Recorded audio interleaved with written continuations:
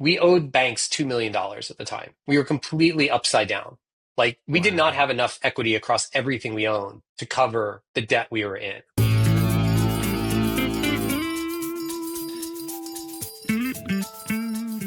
Hans Kaspersetz, welcome to the Pick Now podcast. Thank you for being on today. Thank you, Jeff. Glad to be here. Excited. Yeah, Congratulations on the new format. yeah, thank you. I will let everybody read your bio in the show notes, but you are a CEO of a current company, Oralucent, a groundbreaking oral care company. We'll hear about that in a little bit, but you're really a serial entrepreneur. You've had several exits. You're a cave explorer. You're an ultra marathoner. You're a dad. I mean, you've got a lot going on, man. Yeah, I try to keep busy. I don't do well in idle times. And so Yeah. I just happen to find interesting projects to work on. And it's really about the people. And I really love Uh-huh. the people in who run businesses and people I get to work with and people I get to run with and I get to explore with. So yeah, it's about relationships. Awesome. So, how did you decide? There's a lot of crazy things to do in the world. You've done some of them, um, but you decided to be an entrepreneur. Like, you tell me the story behind that, because not everyone goes down that path. Yeah, so I grew up in an entrepreneurial household. Uh-huh. When I was very young, we were very poor though. And not very Mm, poor, but we were poor. And we lived in a low income neighborhood in an apartment. And my dad was working, and my mom was a bank teller. And one day in 1983, they come home and they have a computer and they put it on the dining room table. And at the time, these were boxes that you plugged into an old CRT television, right? So this was right. like a box with a keyboard on it. And then you plugged it into your television. There was a switch. I mean, it was really a different time. And my parents turned the computer on and they came to my brother and my brother's a year younger than me and said, "Hey, this is a computer. We think it's going to be important, but we don't know what to do with it." And then they just left the computer on the table. And And at how the old are you time, and your brother? 8. I was 8. My brother was 7. Oh man, that's And amazing. the computers came with manuals at that time. And in the manual was programming code. And one night I woke up and I'm like, "Hey, I want to make the computer say curses so that when I was at Radio Shack, I could just, build a recursive, a infinite Uh, loop that cursed uh-huh. at the other customers." I realized that that's not a great intro, But but it's it what an was like, 8-year-old would come up with, right? that's what I could come up with. And then a couple years later, we got a Commodore. And one night I decided I wanted to learn how to make music on the computer. And Uh-huh. so I started transcribing code from the book into the computer and then modifying it. And the interesting thing was I'm learning disabled. I'm dyslexic, and I didn't learn to read or write until I was almost 9. Wow. And so I could transcribe computer code and I could code before I could really read or write. That's amazing that the And dyslexia didn't impact that transcription. no, I mean, well, yeah, I mean, when you went to debug the code, if there was something out of place, it would fail Yeah, and I you'd get have that. to It's go back and, yeah. be perfect about copying it. But it didn't require any fine motor skills, which was a real Mhm. problem for me. And it didn't require me listening to anybody. I could like look at the book, copy it over, and then make changes. And I could think in terms of spatial reasoning. Like I'm very good in Uh-huh. that domain. And so coding for me was about building these models in my head and then being able to modify the model in my head and then execute it on paper. And the interesting part was my family got into low income housing and we started doing that business. And my parents brought me into that business very young. And I started to do that work and I realized that it wasn't for me. And so I kind of told Mm. my parents, like, "Hey, I'm not going to take over the business. I'm going to go start a software company one day." And when somebody asked me in high school about it, like 11th grade, I was doing Turbo Pascal and stuff at a prep school. And they're like, "Well, why do you like, what do you want to do?" And I'm like, "I'm going to start a software company." And they're like, "Why?" I'm like, "There's 2 reasons. Number one, I want to affect millions of people's lives and nobody know who I am. And number Mm. two, I want to be in a business that generates enough money so that I could fund my own expeditions because I don't want to have to write grants." Uh-huh. And so I recognize that, like you got to build your own business to create a lot of wealth, even very, very young, having watched my dad and my mom, like watching my mom at a bank where she didn't make any money. and she Yeah. had Yeah. dark overlords, right? And my dad, who was an entrepreneur, who was like a total pirate, doing Hmm. whatever he wanted. And I also understood that the biggest risk in life is probably to work for somebody else. It feels very safe, a regular paycheck, Right. but ultimately you're not creating demand for your own services, right, in a way Uh-huh. that is sustainable. And so that was my perspective. And so I went to engineering school, and I realized I liked snowboarding, drinking, and girls way more than calculus. And so I left engineering school to be a snowboard bum. Uh-huh. And then I went back to engineering school for a very brief period of time, and I got recruited to go run a couple of companies in Southern California. This was around 1999. Uh-huh. And so I worked in two startups, one of which we ran into the ground. It was basically a boiler room operation, like profit by investment. And then the second one was a legit business that went on for like 20 years and made a lot of money. Oh, wow. Yeah. And I transitioned that into starting my first company. So, Hmm. I resigned, I moved back to the East Coast, and I started a website development company. And I was building websites for $500 a piece. Like that's where And I started. what year is this when you're doing this? I founded my first company in 99, September Okay. of So 99. right as things were really kind of frothy. Yeah. Yeah. And it didn't, and I had been pitching and I was in the startup scene at the time, pitching ideas, and I would get on stage with all these kids who had PhDs and MBAs at Stanford and Santa Clara and elsewhere. And I was just like, this is not the stage I want to compete on. And so I really sort of figured out this space on the internet where I was like the plumber and carpenter of the internet. It's like I just built stuff, and we learned how to build it better than anybody else and faster. And each job we would increase what we charged for each website. And so we went from $500 websites to $1,000 websites. And then, eventually, they were there tens of thousands. And at that point, I was working with a partner in the Uh-huh. agency, and he really hated collecting money, and he really Mm. hated increasing his prices. And so he exited the agency. The woman who's now my ex-wife, but was my business partner at the time, bought his shares. Uh-huh. And we went on to build that agency into a meaningful operating company. And we sold it to a bank in 2007. November of 2007, we Wow. sold that software development agency to a bank. Uh-huh. Amazing timing. Yeah, Um, very good timing. we moved to Mexico, lived on the beach for 2 years. I was cave diving and playing a Is lot of that where you chess. discovered cave diving? Was during that time or? So that's a great question. So I wanted to be an astronaut when I was a kid, but I was Uh-huh. super lazy. And in my mid 20s, I realized that scuba diving was the closest thing you could do to Mm, being an yeah, astronaut. yeah. And so I got certified to scuba dive. I guess I was like 28, 29 years old, and immediately started doing wreck diving, right? So this is where you Mm, go out on a boat offshore, you go to a wreck, yeah. go down, It's go like through the space wreck. exploration, right? Yeah, Exactly, only right? You can underwater. move in Yeah, 3D, right? yeah. And so I was diving in a World War I battle cruiser off of Long Island called the USS San Diego. Uh-huh. And I was inside the wreck alone, and I got really lost. And when you're diving, when you exhale, the bubbles hit the ceiling, and then the rust rains down on you like snow. It's Oh, wow. rusticles. Wow. And the rust creates a red out, like a Uh-huh. snow white out. You can't see. And So so it's I like kept red fog, basically. Yeah. And so I kept Okay. thinking Yeah. I was at the gunnel of the ship, the wall of the ship, and I would put my hand out and fall forward and realize I was not where I thought I was. And so I thought, oh, wow, this is how I'm going to die.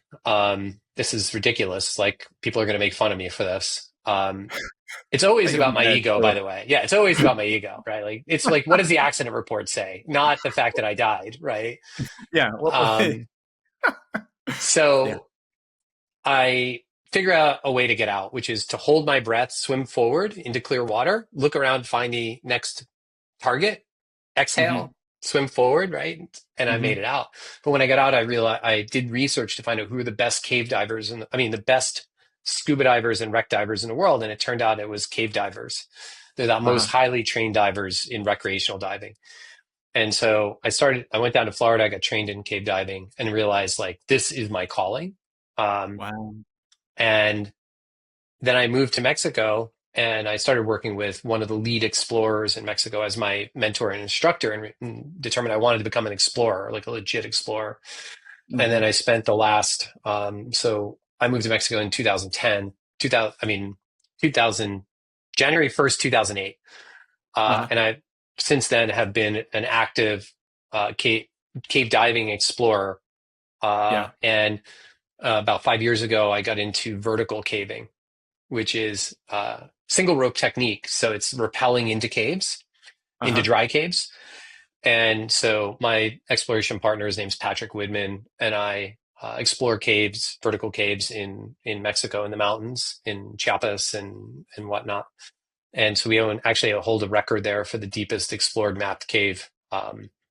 And that's like entrepreneurship was very much about control for Uh-huh. me, and Hmm. about being able to uh, pick my destiny and shape the world around me in a way that works for me, and for enabling my lifestyle, right? And really, So my you per knew that. I mean, you said you felt that way in high school, and I think you even used the word expedition. Did you yeah, know what that even meant in high school? Because I oh think that's yeah, fascinating. Yeah. yeah. So because I couldn't read or write Uh-huh. in fifth grade, when I was in kindergarten, sorry, I went to a cooperative school, like a hippy Uh-huh. dippy cooperative school, and um, the teachers there realized that they couldn't manage me on any level, but that I was like a pretty precocious learner. And so they, at the time, this was the 80s, we had Indian names. So my name in the school was Wandering Bear. And Uh-huh. so they decided, all the teachers, that I could sit in any classroom I wanted to at any time, so long as I was quiet and paid attention, including the library. Uh-huh. And so, like, if class was boring, I would just get up and I'd go to another class. I'd go to somebody's math class or science class, or I'd go to library. Wow. And I would go to the library and I'd open up the books, and I couldn't read them, but I would just like go through World Book, right? Uh-huh. Encyclopedias, Uh-huh. and look Yeah. at and like sort of look at the pictures and read what I could read. And there was another, like a visual encyclopedia, which I can't remember the name of now. And I would go through that. And so I was really aware of like Jacques Cousteau and Hmm. Edward Mallory, and Everest, and like these things that where humans were pushing the boundaries of what's known and what human capability is. And so it was like, yeah, this is for me. Like, I have a pretty high tolerance for pain Wild. and risk, and I You can knew that at grind. that point that you had a high tolerance for pain? Um, yeah, I had some pretty terrible things happen to me when I was a kid that I won't get into the Wow. details of here, but Yeah.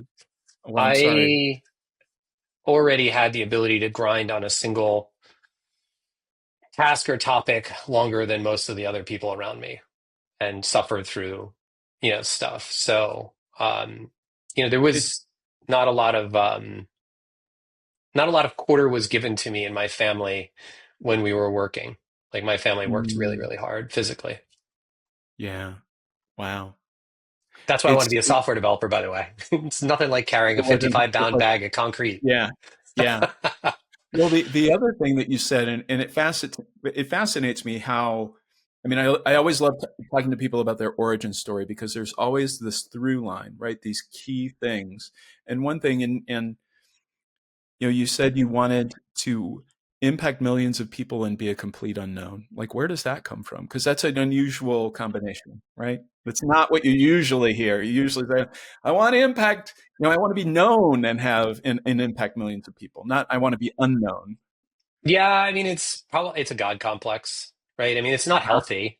It doesn't come from a healthy place. It doesn't come from Uh-huh. a like an altruistic place. It comes from a place where um, I felt so out of control, and so I had so much self-loathing in so many places, and I was in so much pain that um, control was the objective, right? And so there's a lot of cost that comes with being known. Hmm. Anonymity provides freedom. It provides latitude for movement and experimentation that you don't have once you have a brand and you have reputation, right? And so, when I think about software development And, my mission statement, and this has been this way since about 2013, is my mission is to help people live longer, healthier lives. And I have done that because I've worked in healthcare. So I've been in Uh-huh. pharma and biotech since 2002, 2003, Mhm. Mhm. and have brought a number of products to market. And one product I worked on for about 11 years was Otezla, which is a psoriasis, psoriatic arthritis drug. Mm. And the interesting thing is the number one cause of death for people with psoriasis is suicide. Really? Yeah. And so at least it was at the time. Mhm. And the way that hit me was if I could get one person on therapy and they get some relief from their psoriasis, from their plaques and their sores, right? And Yeah. they don't consider, that terminal option, right? I've I've had a pretty dramatic impact, right? Because they're going to they're going to impact 400 or 500 people. And that product went on to do $2.2 billion a year in global sales. And Celgene divested it to Amgen for Uh-huh. 14.4 billion. Wow. And I started working on it a couple of years prior to it being commercialized. And so that experience of bringing a drug to market that changes people's lives and maybe stops some people from being hopeless and then goes on to create enormous shareholder value Mhm. uh, is I think is important. And I think partly that's where I can have impact, right? And so I Yeah. could see that way back. I mean, of course, I didn't know where it was going, but I understood that pretty early I had leadership capabilities, that people trusted me, that I have the ability to work with people in a way that they're able to do things that they wouldn't otherwise be able to do because of sort of the comfort, the psychological safety. And some of my employees would never say that I provided psychological safety because at one point I was a real tyrant. But, Uh-huh. I think, and that's one of the reasons I'm at Oralucent today, right? Uh-huh. Yeah. I had braces for 5 years. And when Uh-huh. I took my braces off, I had 15 cavities.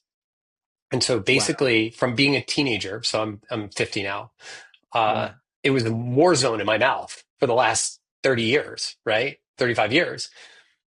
And I guess about 10 years ago, I got to work with Gum Brands, and Gum Brands really was establishing the link between pathogenic bacteria in the oral microbiome and chronic disease and systemic disease, cardiovascular disease, metabolic disorder, pulmonary Mhm. disease, neurodegenerative disease. Matter of fact, there was an article in the Wall Street Journal about a week ago. I think it was in the Wall Street. No, it was in JAMA Uh-huh.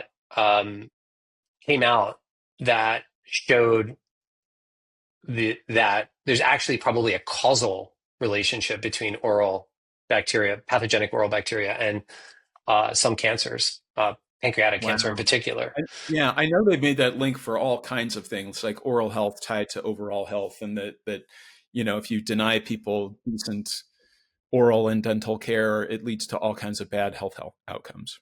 Oh Right? yeah, for sure. I mean, there's Yeah. HAP Yeah. and VAP, right? HAP is hospital acquired pneumonia. VAP is ventilator Mhm. acquired pneumonia. That is tied to oral bacteria, oral Yeah. pathogenic bacteria. By the way, there's 600 different variety of bacteria in your mouth at any time. About Wow. half of them are good for you, and about half of them are bad for you. Uh-huh. Yeah. And so the sort of the thread, right, is I had this opportunity to work in oral care at Oralucent. And when I looked at it, there hadn't really been any meaningful innovation in toothbrushes in about 20 years, right? 20 Mm-hmm. years ago, oscillating head toothbrushes came out and vibrating Yeah. head toothbrushes came out. Yeah. You know the brands for those. Yeah. Yeah. And um, then they didn't do anything with it after that. They just Yeah. changed the bristle types and they changed the shapes and they added a whole bunch of features that nobody used, right? Right. And Oralucent brings a completely new set of technologies and integrates them with a sonic head, right? Red light therapy and blue light therapy. Blue light Mm-hmm. therapy is remarkable because it selectively targets the pathogenic bacteria in your mouth, killing that bacteria, not wiping it away, but killing it. And Uh-huh. then Yeah. blue Yeah. light also penetrates the enamel and breaks up the stains in your teeth. Oh, wow. So it has this dual effect. And then red light has been shown to be very effective in wound healing, reducing Uh-huh. inflammation, and improving blood flow to tissue. And so that Cool. combination, I think, positions the product. So for me, looking at a product that's innovative, tech driven, implements machine learning, a bunch of sensors, red light, blue light, sonic, and the clinical data, preliminary clinical data is pretty strong. Gave Well, and me it some ties excitement. yeah, it ties in such a strong way to your own personal challenges too. Yeah, because my teeth are in way better shape now that I'm using my Oralucent toothbrush. My hygienist Yeah, is completely stoked. So, that's awesome. So I wanna go back a little bit because where last we left you, I think um, you had sold or this company in 2007, and then you spent some time in Mexico, and then at some point you like build an agency, right? yeah, yeah. Like where's the yeah? Um, Walk me through that. so in 2009, Uh huh. my wife at the time and I got pregnant with our oldest son, Griffin, Hmm. and we were living in Mexico, and we realized that it probably wouldn't work out as well as we hoped to live in Mexico and raise kids. We weren't near Yeah. family and whatnot, and so we moved back to New Jersey. And um, New Jersey is expensive, Hmm. and I didn't have enough Yeah. money to live in New Jersey and not work. Yeah. So I did the thing I knew how to do, which was, and I found refounded an agency and Uh huh. started the work of building out that agency. That new company started in 2010 called Arteric. And Hmm. it was really interesting. As we went along, I did a lot of reading. And so, like, I had read Stephen Covey's Seven Habits of Highly Effective People. I read Playing to Win by A.G. Lafferty, Zero to One by Peter Thiel. I mean, just hundreds and hundreds of books, literally hundreds of books. And I realized that you really need to, start with the end in mind. And so Hmm. about 2013, I sat down and on the board, I sketched out what kind of company would buy Arteric in 10 years Oh and wow. what Arteric needed to be for that company to be interested in it. Uh huh. And I'm a big believer in Napoleon Hill and Think and Grow Rich. So, I wrote down my primary purpose and I actually wrote my primary purpose in 2010. It's in a frame behind me on the desk, the one that I actually wrote at the time. It's coffee Oh stain and wow. all. And, I said, I'm going to sell, I'm going to have this net worth by this date in the future. Uh huh. It was by the time I was 50. And I'm going to do this. And Uh huh. literally outlined what Arteric would be. Uh huh. And then I Wow. went about systematically building Arteric. And I sold Arteric to private equity. We had about $10 million in revenue at the time in 2020. Uh huh. And then we ran a roll up and we grew revenue from 10 million to 63 million in 18 months. Wow. And now I think this year they're going to probably cross 100 million in revenue. I'm still a partner there. It's a fabulous company, really innovative. But it And I'm was, sure there were no bumps along the way, right? It was just oh smooth, my easy God, sailing every. no, of course not. Like yeah, there's a reason I'm divorced today, and that is that there was an existential crisis every 2 weeks for 16 years. Wow. So Like, how do you so you have this direction, and I get that, and so you've got this guidance, but that's like the destination on your GPS. There's like 8 million different ways to get there depending on which wrong turn you take, right? So how do you navigate that? have you ever sailed? Um, I think I know the analogy you're going to make. I began to take sailing lessons a long time ago, and it was right before my father got sick, and I had to quit the sailing lessons, and I unfortunately never went back. But yeah, what's your So this isn't mine. This is Jordan. I got this from Jordan Peterson. uh So, by the way, his book, 12 Rules, for Life, yeah, it absolutely changed my life. But okay, good to know. essentially, the idea is this: there is nobody who goes from point A directly to point B in a straight line. Like that Yeah, doesn't really ever happen, right? And so yeah, you set a North Star. And for me, I set my primary purpose was this amount of money on this date doing this kind of thing.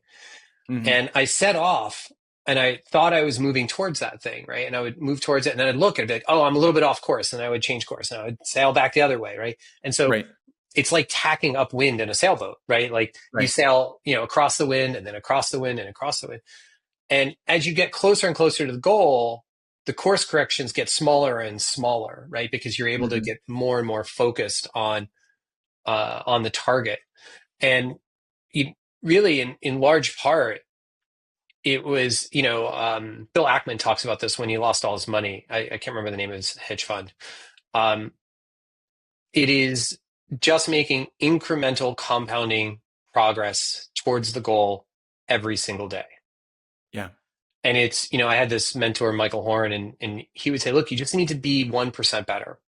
Hmm. Like, just, can you fix one thing? Can you just get a little bit better in one spot? And so, very much it's like tacking back and forth, like looking, am I getting closer to the thing or am I getting further away from the thing, the goal? Right. Um, but But when you're in I'm trying to get existential, focused here. yeah, yeah, yeah. When you're in existential crisis, though, like it's one thing to say, yeah, just 1% better day after day. But then it's like, like the company's about to fail, or whatever the crises were. We ran out of cash. I think that's one you said you've run Yeah. into. Yeah. So I'm going to talk about both of those things, right? First of Yeah. all, the worse the situation gets, the slower you should move. Mm. The worse the situation gets, you should just never be making decisions when you're completely disturbed. You just can't make Yeah. good decisions. Yeah. And if you're going to make decisions, make them very, very rapidly and then work really diligently to disprove them with data. Don't wait for all the Hmm. data to come in and then make a decision. It's like, hey, I'm going to decide what to do. We're going to do this. And then we're Yeah. going to look very closely at the data and we're willing to change direction if, in fact, this isn't the right direction. And the Right. only thing you can do when the company is failing is make 1% of progress per day because you don't have enough Mm. capital to do anything big. You don't have enough Uh-huh. resources to do anything big.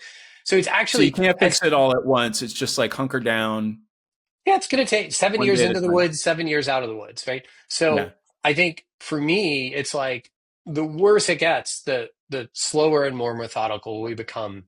And we Did you just, get did you get calmer as it got worse? Or were you still like, I get super calm. I get yeah, scary that calm. Like in really, like, and that's the beauty of being an explorer, right? So uh-huh.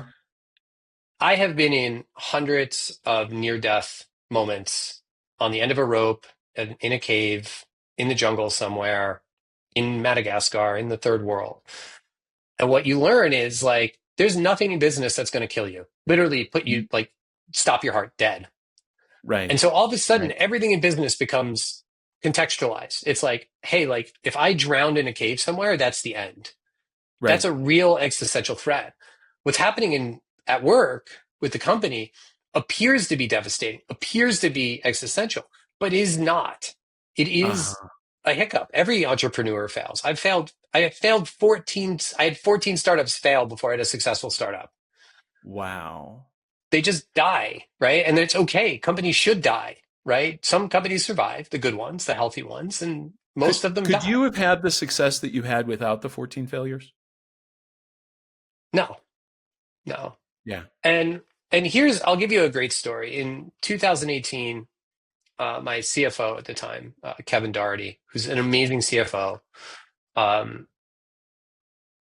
comes to me and he's like, "Hey, in August we're going to run out of cash.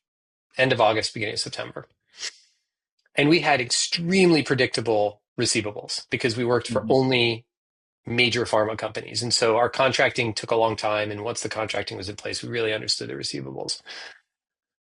And we weren't in a position to cut the staff or to reduce expenses because we had deliveries to make in order to accrue the earnings that we had contracted for.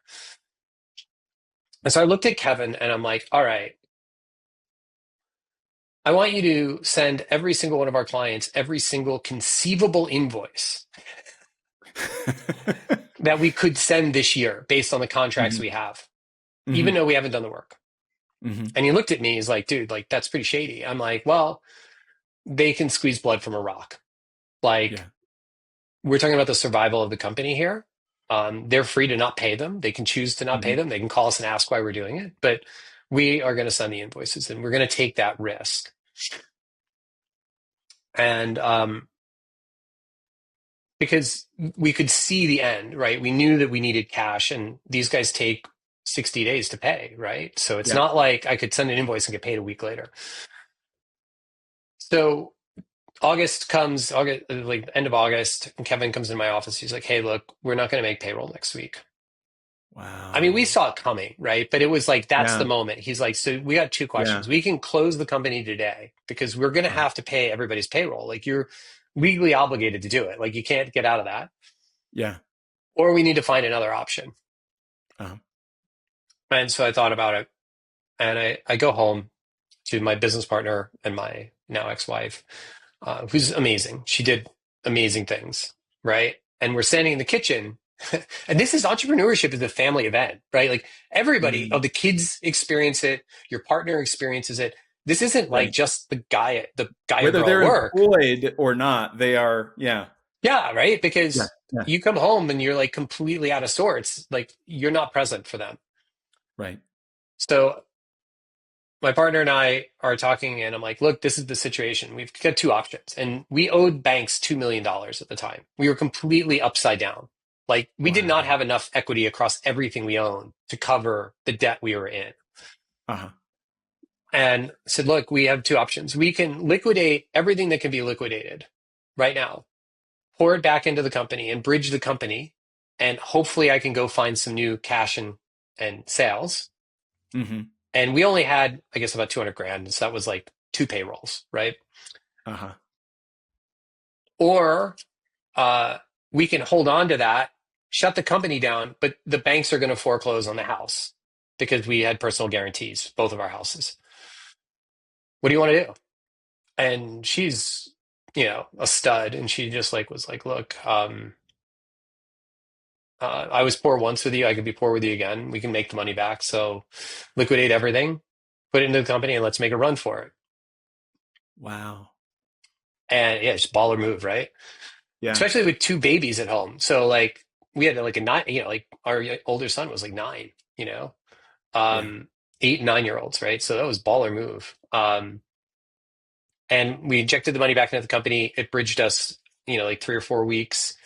And just as the cash was about to run out, every single invoice that we sent back in May got paid on the same day. 400 grand came through the Wow. door. Wow. And, it's like, you have to have faith. Like, I have faith that the universe isn't going to drop me on my ass. It did not Uh-huh. bring me this far to Uh-huh. drop me on my ass. And so, the CEO's job is like never run out of cash. Number one, never Yeah. run out of cash, right? Yeah. Yeah. Uh, and running startups, that's crucial. And then number two, it's, can you make incredibly difficult decisions very rapidly when you only have 5 or 10% of the amount of information that you need to make that decision? And can you sleep at night? And I have the superpower, Jeff. I sleep every How do, night. yeah. How do you think? Because a lot of people really struggle with that, and a lot of people, the things. It's just the same things going on in their head over and over and over again, and they can't stop. And then there are other people. It's like, look, I'm going to analyze it once. I'm going to make a move. We're going to go forward and figure it out. Like, So how do you do that? And if yeah, for someone who's like, how can I be more like Hans? Like what advice can you give them? Like, right? And I know part of it is just intuitive, or it may even feel no, like I innate had to to learn you. it. Yeah. Yeah. How did you learn So two things. Number one, we don't need more Hanses in the world. That would make the world a terrible place. it? So we need more of whoever you are. Don't, we don't need more Hanses. But joking aside, I studied and learned how to do this. Number Mhm. one, I read David Allen's Getting Things Done. Yep. That is still worth reading today and Yeah. reading it repeatedly. It is an essential book. And that process that you talk about, David Allen talks about, is open loops. Uh-huh. And so if you can get all of your open loops into a trusted system, they're no longer taking up mind space and running over and over and over. Right. But that's a discipline. Like, that's not Uh-huh. fun. Nobody like wakes up and goes, let me get all my open loops out. Number two, I learned how to do something called a fear inventory. A Hmm. fear inventory is, I sit down at a yellow notepad and I start at the top and I just write down everything I'm afraid of. Uh-huh. And it's, I'm afraid of running out of cash. I'm afraid of this. I'm afraid of running that. And then I pick out of the list the thing I'm most afraid of. I start a new Uh-huh. sheet and I'm like, if that happens, what will happen? If that happens, what will Uh-huh. happen? If that happens, what will happen? And for me, it goes all the way down to me being homeless. Uh-huh. Yeah. Like every core fear for me ends up in homelessness, right? Yeah. And so, um, but when you look at it and you look at the chain of events that has to happen to get to homelessness, you're like, never going to happen. And so, by there's a great acronym called for fear: false evidence appearing real. Yeah. Yeah. Right? There's another one is fuck everything and run. Another one is face everything and recover. Right? Uh-huh. Yeah. And so when I face my fears honestly and I put them on paper, right, and I get those open loops on paper, I'm like way calmer. Now Hmm. It's that's it's like part you're of it. pre-worrying. It's like you're pre-worrying. Yeah. I've Right. I've worried all. I know. It's like, oh, there I go down that line of thinking again. I know where this ends up, so I can like stop myself. Yeah, I mean, I also in 2005 joined a meditation group in Manhattan, New York, called Dharma I was Punks. I was wondering. Oh wow, I've heard of that. That was the name of a book, wasn't it? It's a great book. Yeah, yeah. Yeah, He wrote. yeah, So Noah Levine is now a disgraced yeah. sort of Buddhist leader, but Uh he huh. worked with Jack Kornfield. Yeah. I studied under a guy named Josh Korda, Hmm. and really funny story, right? Ego, right? At the time, I was doing a lot of banking work, right? I hadn't sold the company the first time. And so, I'd wear white shirts and looked like like a dork, like I do. And I show up at Dharma Punks, and Dharma Punks is melds the punk music scene with 12-step recovery and Buddhism. Ah. Uh huh. And so I'm in this room full of like all these punks from Lower Manhattan, Lower East Side, and I'm sitting there. And I remember I'm sitting on the pillow and I'm trying to learn how to meditate. And Josh is giving Dharma talks and sort of, walking us through that. And like they do 40-minute sits. So like the first time you go Wow. there, you're sitting for 40 minutes. He's like, this is going to hurt. Just, That's you have to be intense. okay with Yeah. that. Yeah. Um, and I was like, I felt less than all the time because I didn't have any tattoos or piercings at the time. Yeah. I similar experience with me where I started going on retreats like in the early 2000s, and I was like a lawyer corporate guy, right? Yep. And I come in and I'm like embarrassed to talk about that because there are all these like healers and yogis and all that. And then I come back and my work friends are asking me stuff and like I'm embarrassed to say where I was. It was like these two sides of me that were like I kept separate for a long time, but I realized at some point it's like, oh wow, if I actually put them together, they're really powerful. And when you were talking about your ability to kind of control the Narrative. fear, I was wondering if there was some kind of meditative practice in your background. I had a very, very active inner dialogue for a Hmm. long time. I literally narrated everything I did. Well, I'm going to go walk now. Oh, I'm walking up the steps now. Oh, I'm walking down the steps. Oh, this is happening. Oh, that's like literally, whatever. There's just Yeah. all the time narration in my head. And when I started to work with Josh and I learned how to meditate, um, I learned that that narration wasn't necessary and it wasn't Hmm. productive.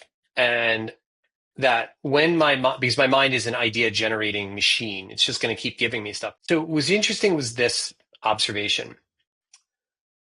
I would have a thought when I was meditating, and I'd be like, Hmm. "Hey, I just had that thought," and I'm like, "Oh, I thought about that thought. Oh, I thought about the thought that I thought about that thought." Like I would be self-judging myself in a Right. loop Right. about the fact that I had a thought, and I'm like, "Oh, wait a minute, I don't have to judge myself at all about this. I just have to label it." And so when an Uh-huh. idea comes, it's like, "Oh, that's an idea," and then I let it go. And if not, I put Right. it in a trusted system if it's important. Right? That goes Hmm. back to David Allen.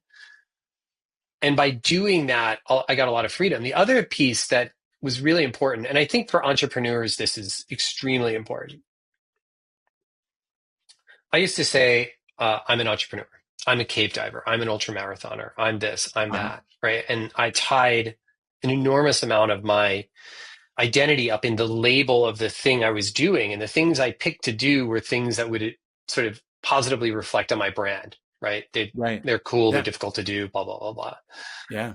And Josh was like, hey, what happens when you're injured and you can no longer cave dive? Or what happens when you're injured and you can no longer ultra run? Like a huge piece of your 30% of your identity is going to be wiped out.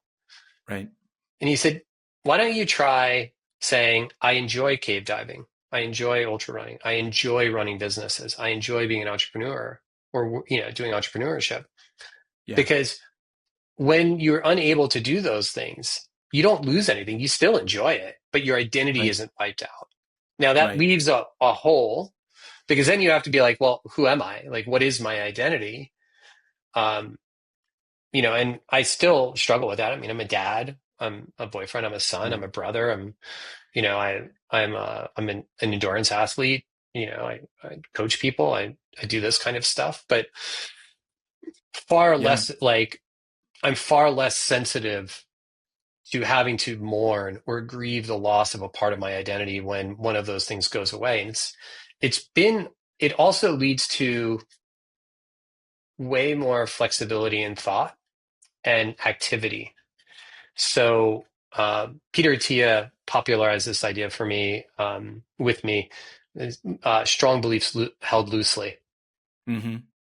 Mm-hmm. And so what that means to me is there are beliefs that I have, and I really strongly hold those because I looked at the evidence and believe them. But as new evidence comes along, or new insight comes along, or I change, I'm okay with those beliefs changing, right? I Right. can let go of those beliefs.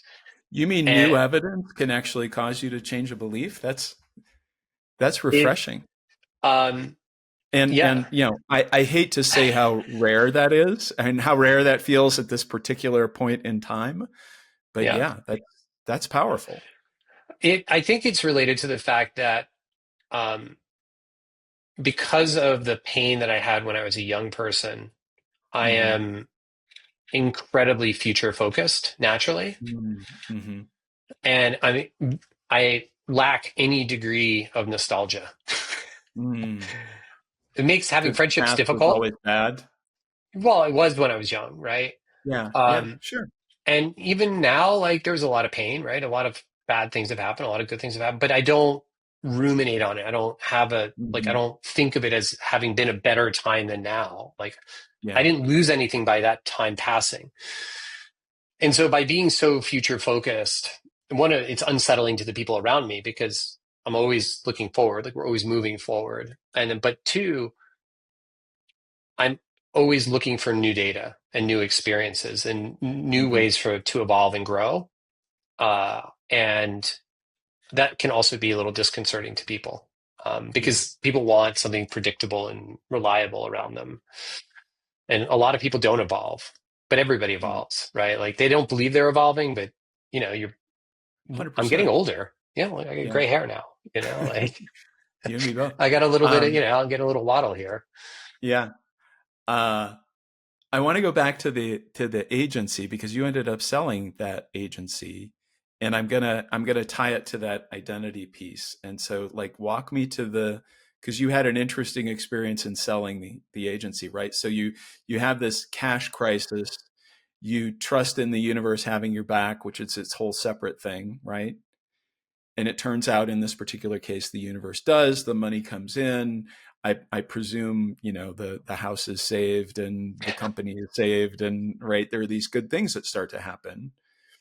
But again, it's not a straight road, right? Walk me through that. There's no short paths. So, Yeah. we saved the company in the fall of 2018. Um, January 8th, I think, Uh of huh. 2019, BMS announces the acquisition of Celgene, Uh big huh. pharma companies. Yeah. Celgene was our biggest client and represented 64% of our revenue at the time. Wow. BMS was not at the time friendly to small partners, agencies. Uh huh. Uh huh. Um, they had an internal agency that they moved out of house, Just blah, for blah, people who blah. aren't in pharma, BMS is Bristol Myers Squibb, right? Yes, Okay. exactly. Yeah. And Celgene brought Otezla to market, which everybody would have seen the TV commercials. And then they had something called Revlimid. Uh And huh. Revlimid, they took the Limitamide, I think I'm saying it right, which was the drug that they were giving to women who get for morning sickness back in like the Mhm. 40s, I think, and 50s. That led to a lot of birth defects.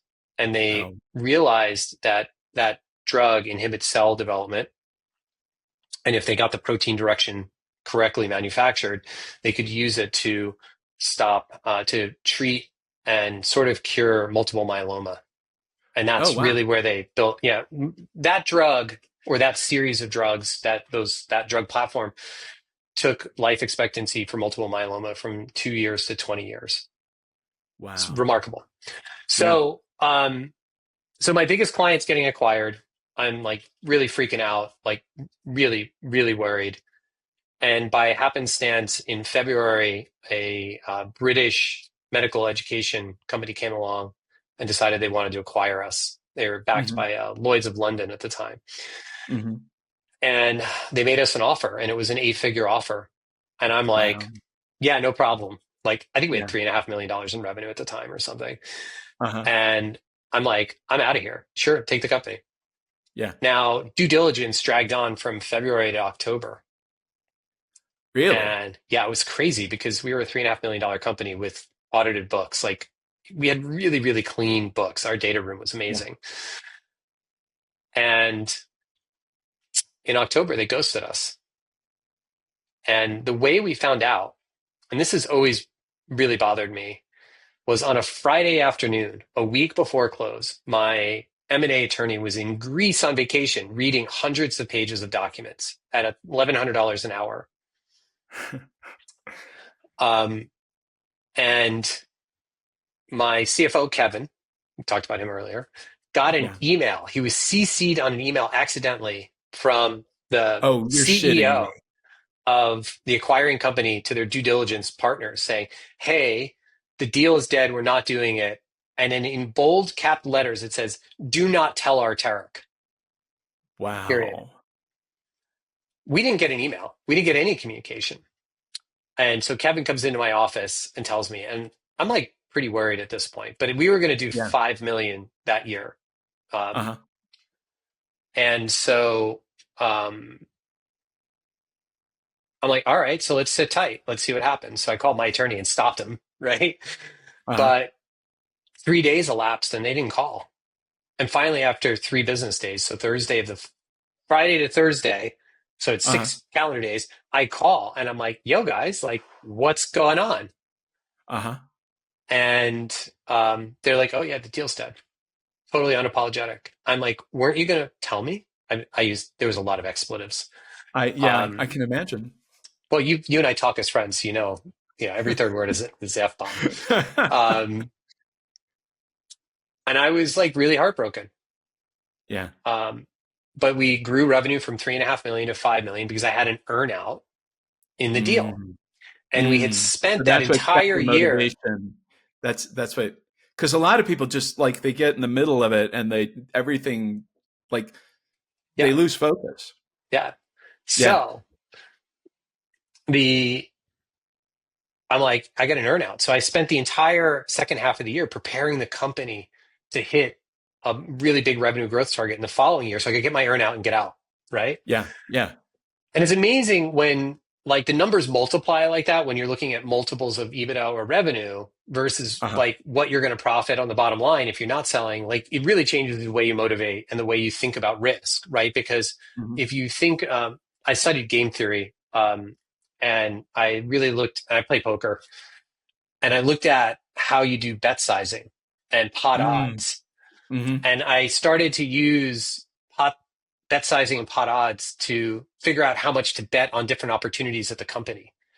And Yeah. so that's how we would decide how much we'd invest in a pitch is we would Uh-huh. look at what's the return, right? And like, how are we, how many of these Yeah. pitches are we going to lose before we win one? So we get it back, much like being an early stage venture capitalist or venture capitalist.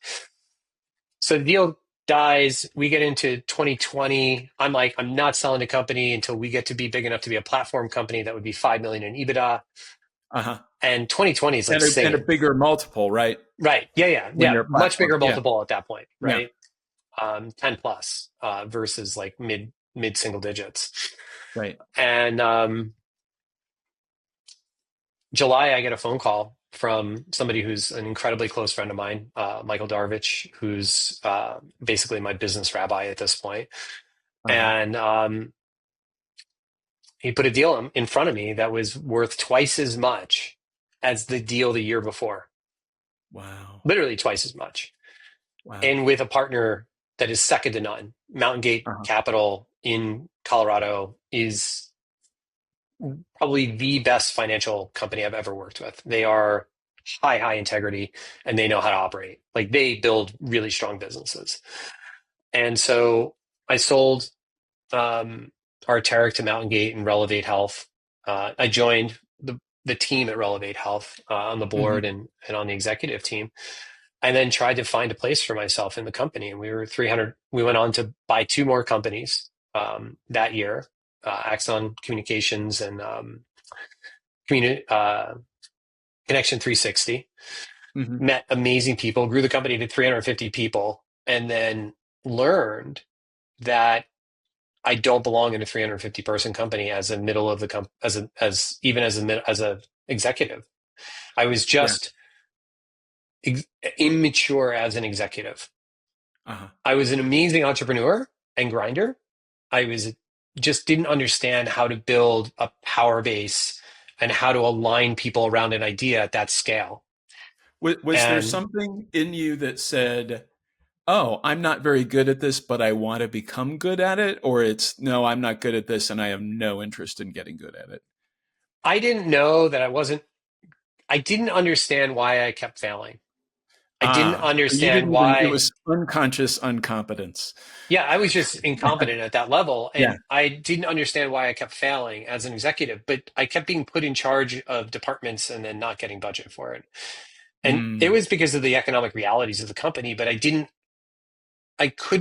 understand what was going on. I didn't yeah. understand the new rules of the game. And that's my failure as an executive. I just didn't have any experience at that. I'd been running tiny companies where I made all the decisions. There was no board, Right. there was no other owner for 20 Right. years. Like I just didn't know. I learned a ginormous amount. I'm a much better, much more mature executive. And it led to having basically an emotional breakdown. Like Wow. 2022, my ex asked me for a divorce. I realized that I wasn't going to be successful at Relevate. I left and I went to a place called the Meadows in Arizona for 45 days. I mean, I've been sober 23 years. It wasn't like I was drinking and drugging. I just was in so much pain and so overwhelmed and had so much anxiety that I needed treatment at the time. I needed Wow. to do something about it. Wow. And um, I went to the Meadows. I did the work. I've really implemented their system, totally changed my life. I'm a completely different executive and completely different person today. But, it took having sold a company, having never have to work again, having my wife leave me, the company that I'd loved and put everything into didn't want me anymore, didn't need me anymore, Yeah. not knowing like what am I supposed to be doing with myself? Like how did I get here, right? Along that path, by the way, in 2017 I weighed 305 pounds. So I traded Wow. all my health for to build my company as well. When I sold my company I was 185 pounds Uh-huh. and very fit. But totally out of control, like just an Uh-huh. immature executive. Um, Uh-huh. and I didn't know how to work with people. Like there were just people playing the game in a better way, in a more effective way. And it shows because that management team, I'm trying to get back into focus. I'm so sorry. Yeah, it's Um, okay. Don't worry about it. yeah, that was that path. Right. And then I went on to help grow a telehealth company. I was a CTO of a tele ICU company for 2.5 years and helped them double their revenue and grow Yeah. um, their physician pool and their nurse pool from 8 people to almost 50 people and rebuilt all their systems and built a scalable enterprise architecture. And then I got into Oralucent and I've been working on Oralucent since May of last Yeah. year. So Yeah. so if you go back to that, to the dark moments, Yeah. like it's I mean, I was just with a group of founders over the weekend, and a lot of them had had exits. And to a person, they talked about not exactly the same as what you talked about, but some kind of identity crisis, right? You were talking about, I am this. Well, I am the founder of this. and then that's not true anymore. Yeah. And it's intense. And people, I think you can talk about it, but until you experience it, you don't. I mean, the words valley of despair came up multiple times over the weekend, right? It's Yeah. just like, I thought this was, the false summit, right? You think you're getting to Mhm. the top of the hike, and then you get to the top, and it's like, oh, and there's another bigger summit behind it, and there's a big valley in between, right? Yep. The That's saddle. this. Yeah. And so for people who, like, you've been through this, Mhm. what advice do you have for people who are thinking about that? I mean, is there something you can do in advance to plan for it? Do you just have to, like, push your way through when it gets there? I mean, how do you think about that now on the other side of it? Well, I'm still in it. Yeah, I mean, interesting. I was literally on the phone. So I run a lot. And that gives me a lot of time to think and be peaceful, right? I find Uh-huh. that bilateral stimulation to be incredibly regulating. And, I'm currently struggling with that. Like, Mm, what is the point? Like, I yeah. have enough money. My kids are healthy. They're like doing amazing. I'm in an amazing relationship with my girlfriend. I'm in it. Like everything's good. Like when everything's good, I don't perform well. Like I'm lost. I'm like, what am I to bear up against? Like, what is Uh-huh. the calling? What is the purpose? What is the thing that creates the great difficulty that I'm going to be able to push against, right? So you're like a warrior looking for a battle. Yeah. And so like, I'm running ultra marathons this year. Uh-huh. Yeah. And so that's been the great focus because that is an incredibly difficult thing to do. I ran 50 miles on my 50th birthday. It was really, really incredibly horrible in so many ways, but I spent a year training for it, right? Uh-huh. I ran, Uh-huh. I don't know, 1,100 miles to get ready to run 50. But Wow. so then you have to start, and very much like people of privilege with their kids, you have to manufacture scarcity and Mm-hmm. manufacture challenges, right? Difficulties, Uh-huh. adversity, Uh-huh. because so much of our life is just paved, right? And it's easy. And the problem is we learn almost nothing in those easy times. So when I'm in the valley of despair and, I am depressive naturally, right? I'm incredibly optimistic, but also simultaneously depressive. Um, I recognize that this is a learning opportunity, right? Nobody Mm-hmm. changes when things feel good. They only change when it's painful.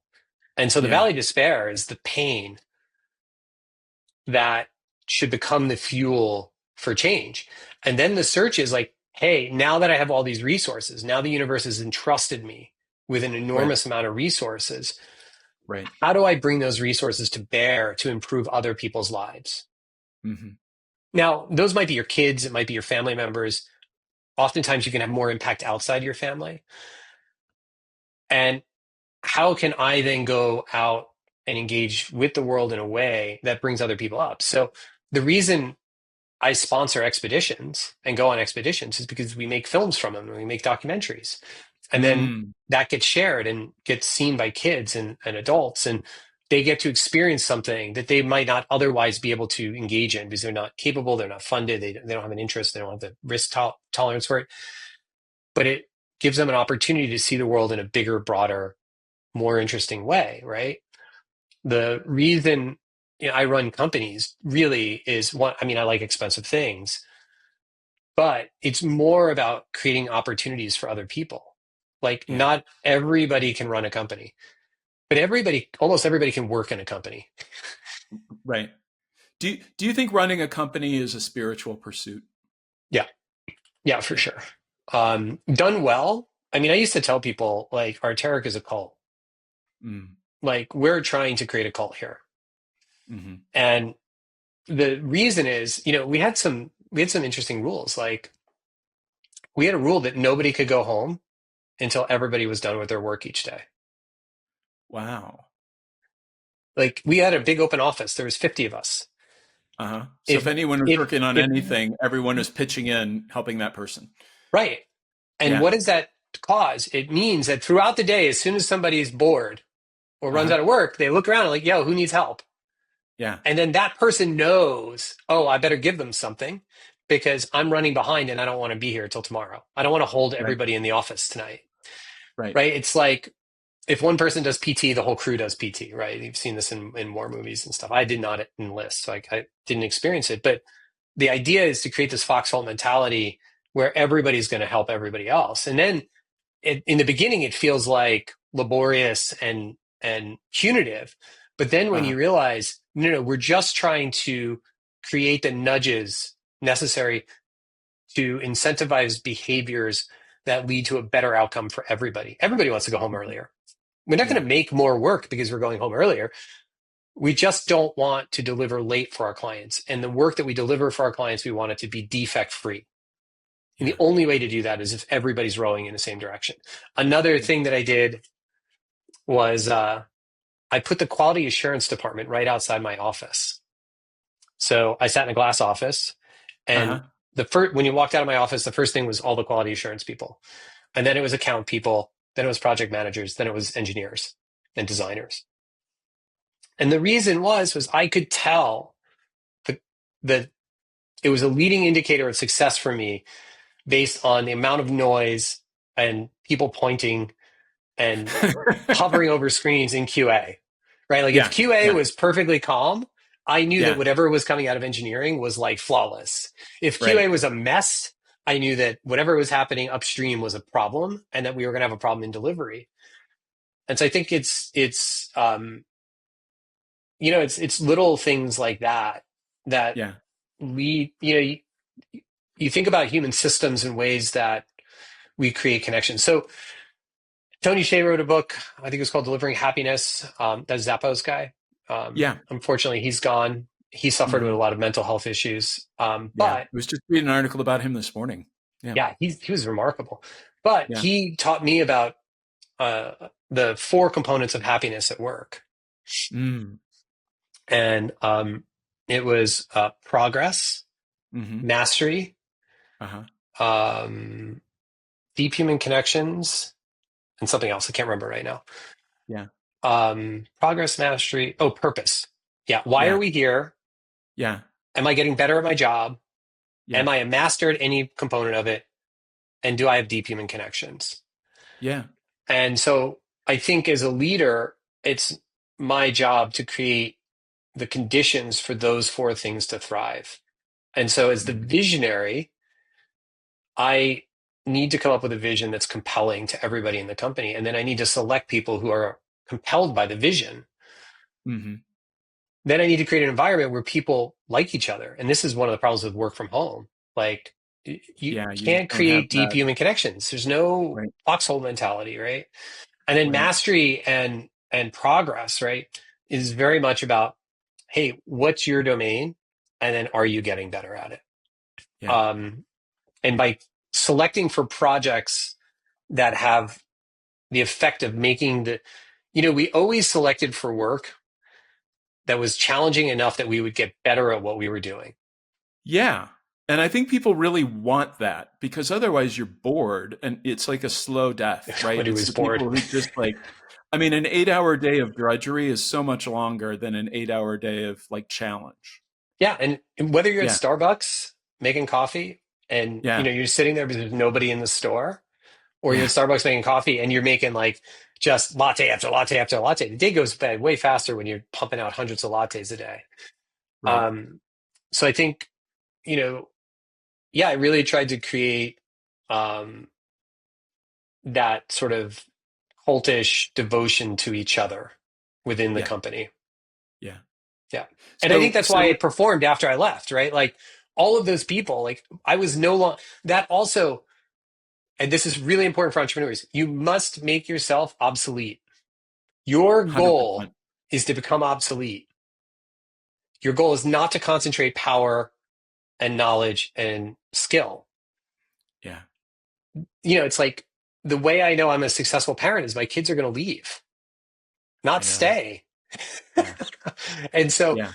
when I think about company building and I think about team building, I'm selecting for people who can replace me and be better at what I do than what I do, so that Yeah. at some point they can fire me and I can go do something else. I can go build another company. I can go build something bigger, play a bigger game, and Hmm. they can then start that process over of developing the next generation.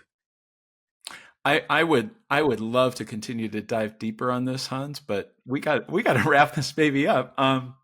So thinking about Oralucent, and you talked about like those moments of uncertainty, of crisis. Like, what's one thing that you're facing right now at Oralucent that you kind of know you need to do some difficult things, but you're not sure how it's going to work out? Just, what's one thing that comes to mind? Because that how do you pick with 10% of the data and then just move forward? Well, I mean, just take tariffs, right? I mean, when Yeah. Trump announced the tariffs, I mean, they went from 0 to 55 to 30. Um, there was a point when the tariffs were going to cost us more than the product, Wow. right? I think we had And so 150% you're tariffs at some building point. in China, is that Yeah, right? the Oralucent toothbrush is manufactured in China at a tier one Hmm. oral care Hmm. facility where some of those other big name brands that we talked about is manufactured. Uh-huh. Um, the I mean, the really difficult conversation and the really difficult decisions come with demand planning for an early stage Hmm. direct to consumer brand. It's incredibly difficult to know when to invest the capital and then to time Right. it right so that the product shows up at the right time. You have enough capital to prepay all of the all of the cost of goods plus the tariff plus the shipping. Yeah. Um, and so the thing we've, struggled with is the capital markets have been very, very tight. It's very difficult to raise capital for a direct-to-consumer electronics brand, especially one that's competing with, those big brands that you would recognize in CVS or Walgreens. Hmm. And so, how do you persuade people to, make that investment and take that risk in this market? Now, electric toothbrushes is a $1.2 billion a year market in the US. Teeth whitening is a Uh-huh. $7.9 billion market in the US. There is plenty of headroom for Yeah. new entrants who are disruptive. And I think we are disruptive. I think red light therapy plus blue light therapy is a disruptive technology. Finding the right price point, understanding pricing elasticity across different market segments, and then managing the manufacturing and capital needs of the company is Hmm. been, and I did not run medical device companies before. I was a marketer. Like Right. when I got Right. to Arlucent, I didn't know anything about manufacturing, shipping, importation, tariffs, taxes, really any of it. And so the last year has been an amazing experience of working with people who know each one of those areas really well. And it's been mind expanding. And it's funny because when I look at the work I was doing in pharma and med device as a marketer, I have a much better understanding of the context of what the commercial company was dealing with, right? Our clients were Hmm. dealing with. So Yeah. I don't know if that's one thing, but there is not one thing in an early stage direct to consumer company. It's, Right. It's just a series of decisions you have to make with imperfect information. and Right. here's a great example. Last Yeah. Monday, I woke up and Chase Bank had canceled our debit card. Just Okay. canceled the debit card. Now the debit card is hooked up to Meta and Google, Uh-huh. and they pull $500 a day for advertising, $500 a clip for Oh no. advertising. So now you're okay. So it's And so having this now you trickle got to down. figure out a way to get the card turned back on or a new card shipped to you fast enough so that the advertising doesn't get, your charges don't get rejected. Like Yeah. it's not company killing, but it certainly takes it, wipes out a morning. Right. Sure. Sure. So Well, thank you for being willing to go so deep and being so transparent, Hans. I really appreciate it. Love the conversation. As you think about the entrepreneurs, the leaders, potentially watching this podcast, like what's and any final words of advice that you would give to them as you think about, your journey up to this point, as you think about what you're dealing with at Oralucent right now?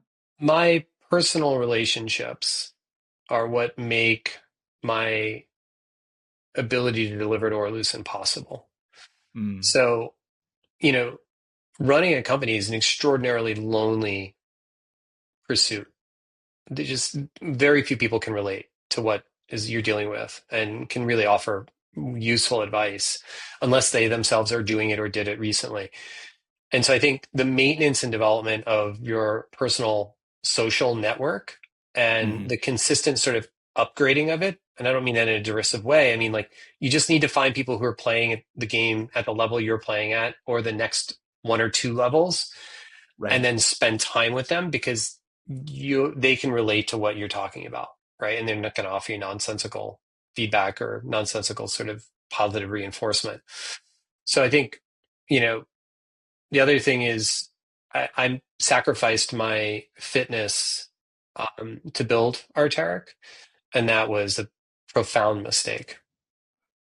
Well, and you were And able to recover from that, and not everyone is.